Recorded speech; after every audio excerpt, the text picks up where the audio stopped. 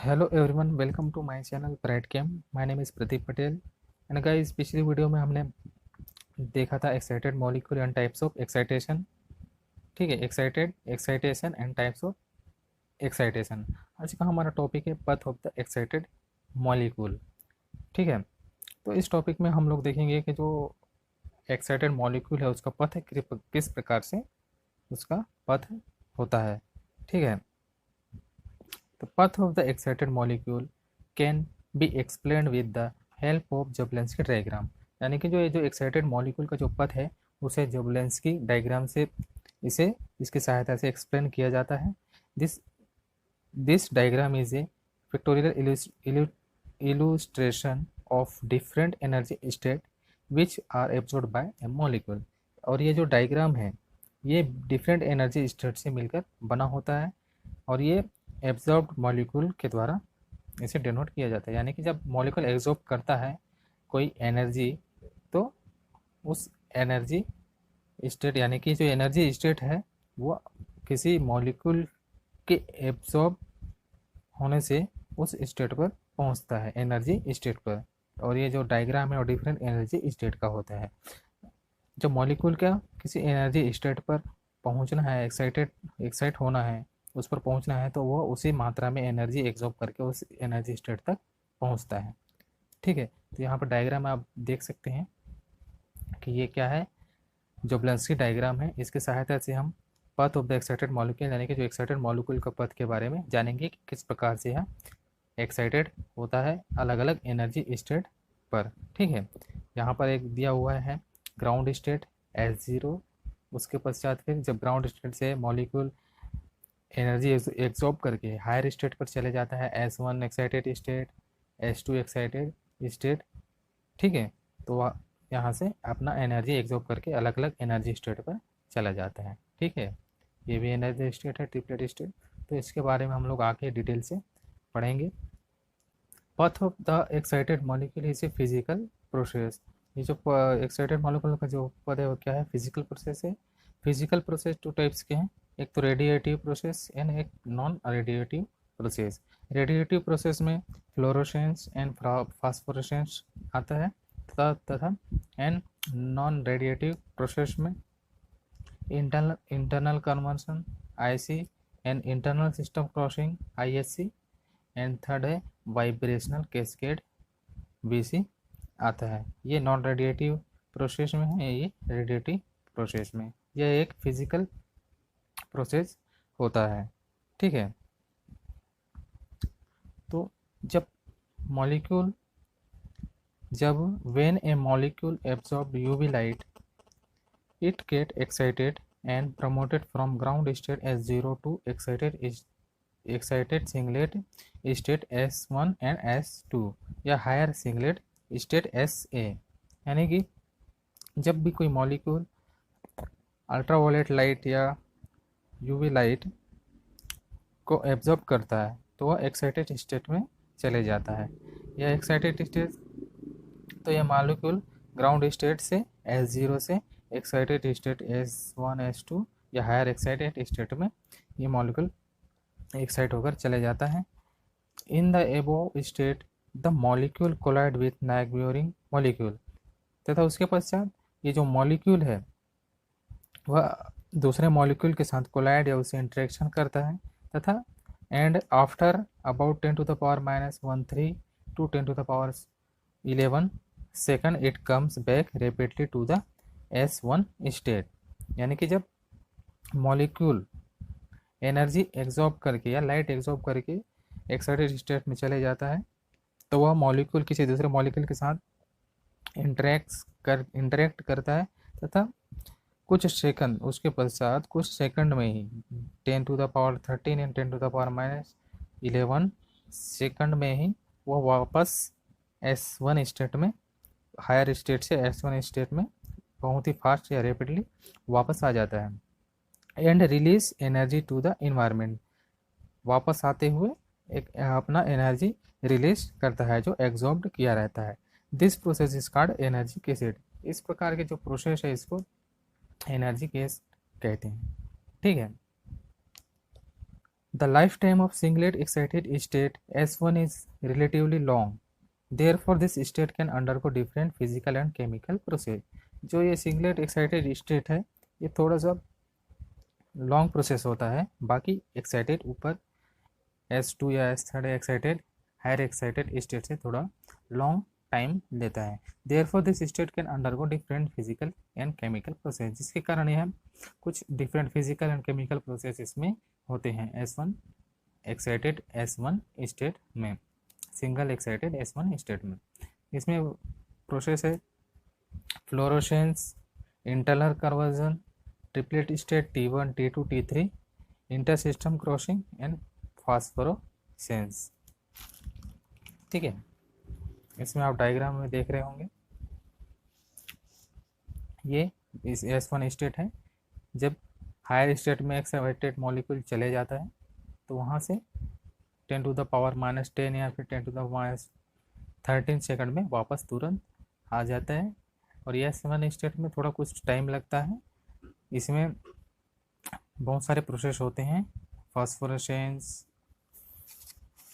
Internal conversion, triplet state, inter system crossing and phosphorescence. इसमें अलग अलग प्रोसेस होते हैं। ठीक है, इसको हम लोग आगे देखेंगे। We will discuss the above process in a excited molecule using Jablonski diagram. तो चलिए देखते हैं जोब्लेंस्की डायग्राम से इसमें प्रोसेस किस प्रकार से होता है। A molecule return to its ground state S0 from its excited singlet state S1 या S2 by giving up its energy as heat. This process is known as internal conversion IC। यानी कि जब molecule excited state से return होता है अपने ground state S0 में, तो जब ये excited singlet state S1 S2 से जब रिटर्न होता है अपने ग्राउंड स्टेट S0 में, तो यह एक एनर्जी हीट के रूप में रिलीज करता है। ठीक है, जो अपना एब्जॉर्ब किया हुआ, जब एक्साइटेड मॉलिक्यूल एक्साइटेड स्टेट में जाना होता है तो एनर्जी या फिर लाइट एब्जॉर्ब करके वह एक्साइटेड स्टेट में चले जाता है। तो एक्साइटेड स्टेट से जब वापस अपने ग्राउंड स्टेट में आता है तो वह अपने एनर्जी अपने लाइट को हीट के रूप में क्या करता है, रिलीज करता है। This process is known as internal conversion. इस प्रकार के जो प्रोसेस होता है इसको इंटरनल कन्वर्जन IC कहते हैं। आप इसमें देख रहे होंगे डायग्राम में कि जब मॉलिक्यूल ग्राउंड स्टेट S0 से मॉलिक्यूल एक्साइटेड स्टेट S1 या S2 पे चले जाता है, तो उससे जब वापस आता है एक्साइटेड मॉलिक्यूल S2 से S1 या फिर S1 से S0 में जब वापस आता है तो अपना जो एनर्जी है उसको रिलीज करता है, तो जिसे इंटरनल कन्वर्जन कहते हैं IC। ठीक है, ये अपना एनर्जी रिलीज करता है, हीट के रूप में रिलीज करता है, जिसे इंटरनल कन्वर्जन कहा जाता है। ठीक है, उसके बाद है दूसरा point, a molecule return to its ground state S0 from excited singlet state S1 या S2 by emitting of energy in the form of light radiation within 10⁻⁹ second. This process is known as fluorescence. यानी कि जब molecule अपने ground state S0 में वापस आता है excited state से S2 या S1 से अपने ग्राउंड स्टेट S0 में रिटर्न होता है, तो वह अपने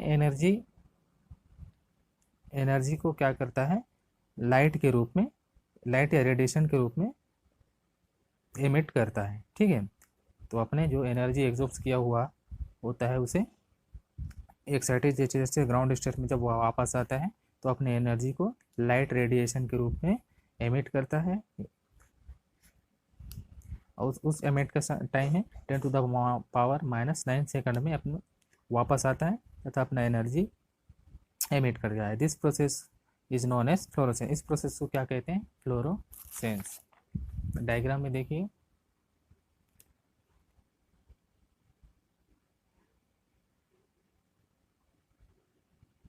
जब कोई मॉलिक्यूल एक्साइटेड स्टेट में, ग्राउंड से एक्साइटेड स्टेट में चले जाता है एनर्जी एब्जॉर्ब करके, जब वो वापस आता है तो हायर या फिर एक्साइटेड स्टेट से, तो अपना जो एब्जॉर्ब एनर्जी है या लाइट है उसे लाइट या रेडिएशन के रूप में एमिट करता है, जैसे यहाँ पर दिया हुआ है एमिट करता है, तो उसे क्या कहते हैं, फ्लोरोसेंस। इस प्रकार का जो प्रोसेस होता है इसे फ्लोरोसेंस कहते हैं।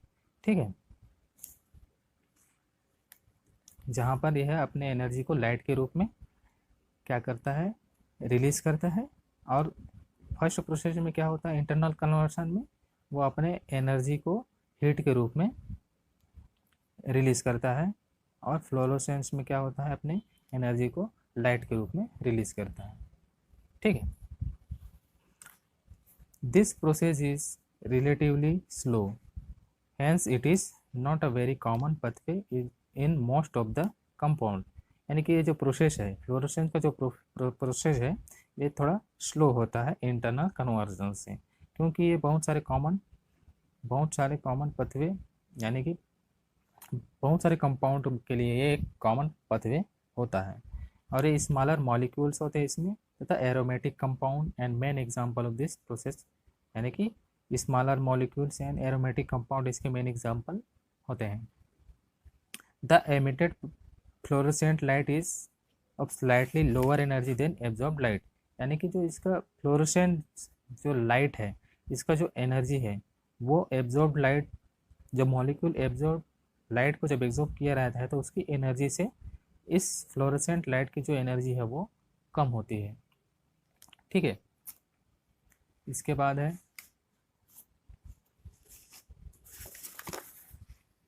Excite the energy of excitation is transferred to another molecule which is therefore rise to an excited singlet state। यानी कि जब एनर्जी एक्साइटेशन का जो ट्रांसफ़र होता है किसी दूसरे मॉलिक्यूल में, एनर्जी का जो ट्रांसफ़र होता है दूसरे मॉलिक्यूल में, तो इसको एक्साइटेड सिंगलेट स्टेट कहते हैं। ठीक है, जब मॉलिक्यूल लाइट या फिर एनर्जी एब्जॉर्ब करके जब हायर स्टेट में चले जाता है S1 या S2 में, तो उसके पश्चात जब वो मॉलिक्यूल किसी दूसरे मॉलिक्यूल के साथ जब एनर्जी का ट्रांसफर करता है, तो उस ट्रांसफर लाइन को क्या कहते हैं, एक्साइटेड सिंगलेट स्टेट कहते हैं। डायग्राम में देखिए, जब कोई मॉलिक्यूल ग्राउंड स्टेट से एनर्जी एब्जॉर्ब करके हायर स्टेट S1 या S2 में चले जाता है, तो उसके पश्चात जब मॉलिक्यूल क्या करता है, किसी दूसरे मॉलिक्यूल यानी अनदर मॉलिक्यूल के साथ अपने एनर्जी का जब ट्रांसफ़र करता है, तो उस स्टेट को क्या कहते हैं, एक्साइटेड सिंगलेट स्टेट। ये क्या है, एक्साइटेड सिंगलेट स्टेट है। यहाँ पर मॉलिक्यूल का क्या करता है, अपने साथ एनर्जी का ट्रांसफ़र करता है। ये एक्साइटेड स्टेट सिंगलेट स्टेट है। इसके बाद फिर हायर स्टेट स्टार्ट होता है। S1 या S2 जो एक्साइटेड स्टेट है, ये एक्साइटेड सिंगलेट स्टेट कहलाता है। Some molecule from S1 state may drop to triplet state T1. The transition from excited singlet state to excited triplet state is radiationless. This process is called intersystem crossing ISC। यानी कि diagram में देखें कि जब कोई molecule S1 state से triplet state T1 में drop करता जाता है, तो इस प्रकार का जो ट्रांजिशन है वो एक्साइटेड सिंगलेट स्टेट से एक्साइटेड ट्रिपलेट स्टेट में होता है। ठीक है, S1 से T1, यानी कि ये S1 क्या है, एक्साइटेड सिंगलेट स्टेट है, और ये T1 क्या है, एक्साइटेड ट्रिपलेट स्टेट है। तो जब एक्साइटेड सिंगलेट स्टेट से एक्साइटेड ट्रिपलेट स्टेट में जब ट्रांजिशन होता है, तो दिस प्रोसेस यानी इस प्रोसेस को क्या कहा जाता है, इंटर सिस्टम क्रॉसिंग ISC। तो इस प्रकार के प्रोसेस को इंटर सिस्टम क्रॉसिंग कहते हैं। डायग्राम में देखिए, ये क्या है, S1 सिंगलेट एक्साइटेड स्टेट, यहाँ से जब triplet state T1 excited triplet state T1 में जब ट्रांजिशन होता है, तो इसे क्या कहते हैं, इंटर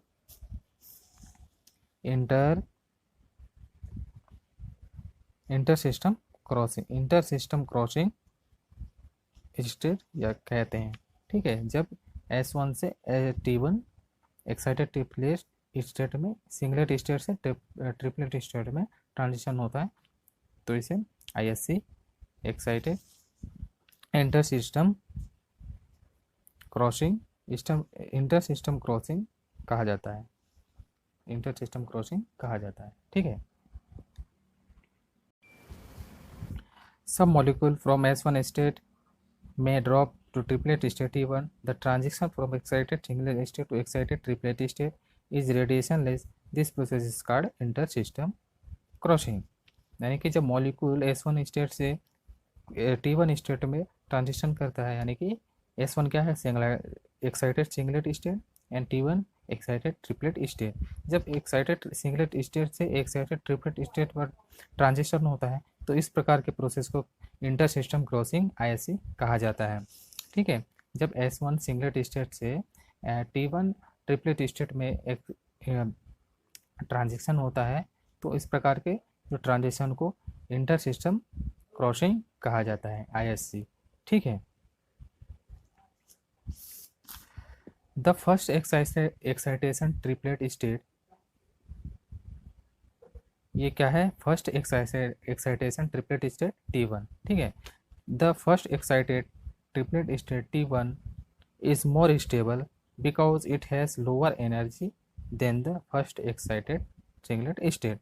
ये जो T1 स्टेट है, ये बहुत स्टेबल या मोर स्टेबल होता है S1 सिंगलेट स्टेट से, क्योंकि it has lower energy than first excited energy, क्योंकि इसका जो एनर्जी है वो लोअर होता है। ठीक है। यहाँ पर देखा कि जो इसका एनर्जी है S1 स्टेट से, इसका जो एनर्जी है क्या, लोअर है। ठीक है। इसलिए यहाँ नीचे दर्शाया गया है, इसलिए बहुत इससे S1 स्टेट से क्या होता है, स्टेबल होता है। Hence inter system crossing process is an energetically down hill process, जिसके कारण क्या होता है, इंटर क्रॉसिंग प्रोसेस क्या होता है, एनर्जेटिकली डाउन यानी कि नीचे होता है। ठीक है। मैंने बताया इसकी एनर्जी डाउन होती है, इसलिए ये S1 स्टेट से नीचे इसे दर्शाया जाता है। ठीक है।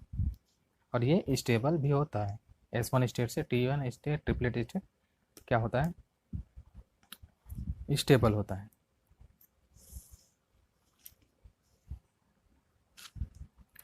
After some time, 10 to the power -4 to several minutes, the triplet state also drops to the ground state S0 by emitting a photon of light. The wavelength of the emitted light is larger than that of the initially absorbed light radiation. This process is called phosphorescence। यानी कि कुछ time जब triplet state में आता है जब molecule, तो कुछ टाइम ट्रिपलेट स्टेट पर क्या करता है, बिताता है, और जब ग्राउंड ट्रिपलेट स्टेट से जब वह ग्राउंड स्टेट पर आता है ज़ीरो पर, तो अपने एनर्जी को क्या करता है, फोटोन या लाइट के रूप में क्या करता है, एमिट करता है।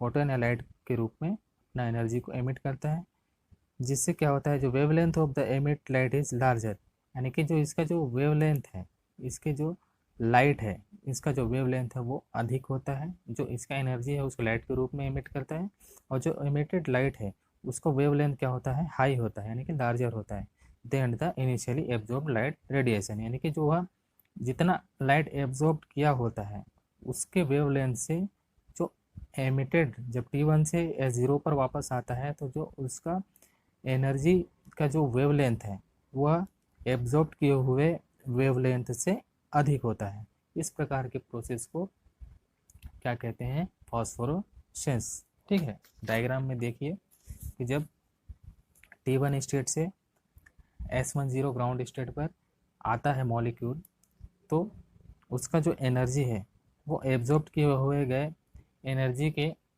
वेवलेंथ से इसका जो वेवलेंथ है वो अधिक होता है। इसे क्या कहते हैं, फॉस्फोरेसेंस। T1 से जब S0 पर ग्राउंड स्टेट पर आता है तो वह क्या कहलाता है, फॉस्फोरेसेंस, और इसका जो वेवलेंथ है वो एब्जॉर्ब किए हुए गए एनर्जी के वेवलेंथ से अधिक होता है।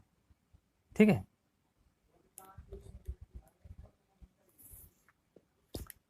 इसके पश्चात है in some case the excited molecule dissociate instead of vibrating, यानी कुछ केस में क्या होता है, जो एक्साइटेड मॉलिक्यूल है वो वाइब्रेट भी होता है। ठीक है, एक्साइटेड होने के बाद कुछ वाइब्रेट भी होता है। तथा अगला है as the triplet state is more stable than singlet state, यानी कि जो ट्रिपलेट स्टेट है वो क्या होता है, मोर स्टेबल होता है सिंगलेट स्टेट है। मैंने भी बताया कि जब S1 स्टेट से T1 स्टेट क्या होता है, ट्रिपलेट स्टेट मोर स्टेबल होता है। Therefore triplet state can undergo chemical reaction more rapidly. ठीक है, यानी कि जिससे जो ट्रिपलेट स्टेट है वो बहुत ही फास्ट केमिकल रिएक्शन देता है, क्योंकि वह बहुत ही ताज़ा स्टेबल होता है, इसलिए फास्ट रिएक्शन देता है। देन सिंगलेट स्टेट, यानी कि सिंगलेट स्टेट से फास्ट रिएक्शन ट्रिपलेट स्टेट में होता है। Hence photochemistry is largely the chemistry of triplet state, यानी कि जो फोटोकेमिस्ट्री है, इस कारण जो फोटोकेमिस्ट्री में क्या होता है, जो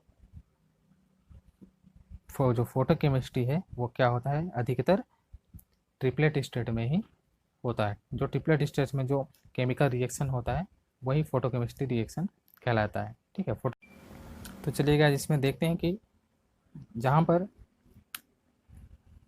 हम लोग इसमें देखते हैं S0 का मतलब क्या होता है। S0 क्या है, सिंगलेट ग्राउंड स्टेट है जिसे S0 से डिनोट किया जाता है। तथा S1 तथा S2 क्या है,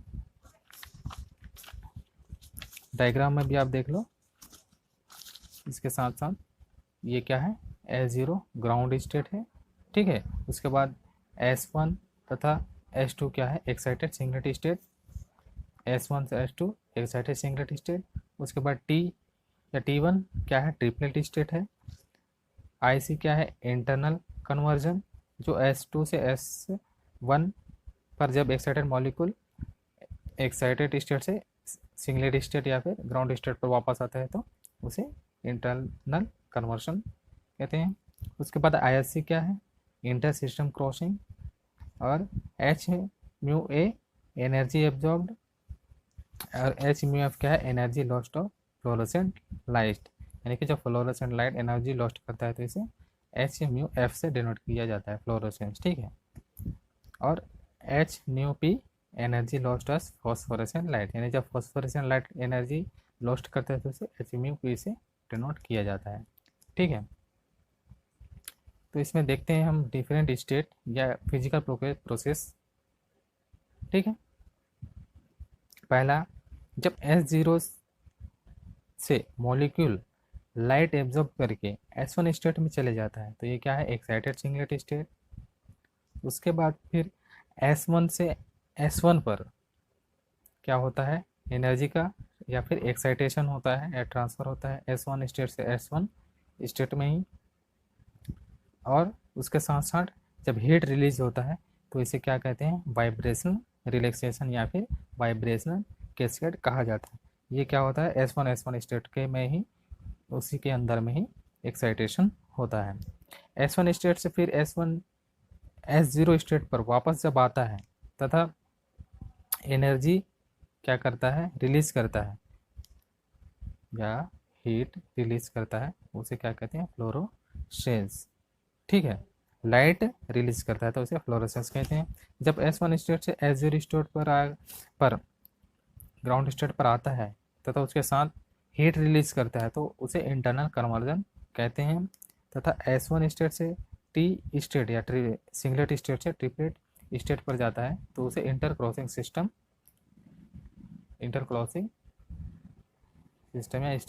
या फिर इंटर सिस्टम क्रॉसिंग कहा जाता है। उसके बाद जब T से T1 के अंदर ही एक्साइटेशन होता है और तथा उसके साथ हीट निकलता है या हीट रिलीज होता है तो उसे वाइब्रेशन कैस्केड कहते हैं। यानी कि जिस भी एक्साइटेशन स्टेट में जब उसी एक्साइटेशन स्टेट के अंतर्गत एक्साइटेशन होगा, या तो T से T में ही या फिर S1 से S1 या फिर S2 से S2 तथा उसके साथ पे हीट रिलीज होगा तो उसे क्या कहेंगे, वाइब्रेशनल कैस्केड।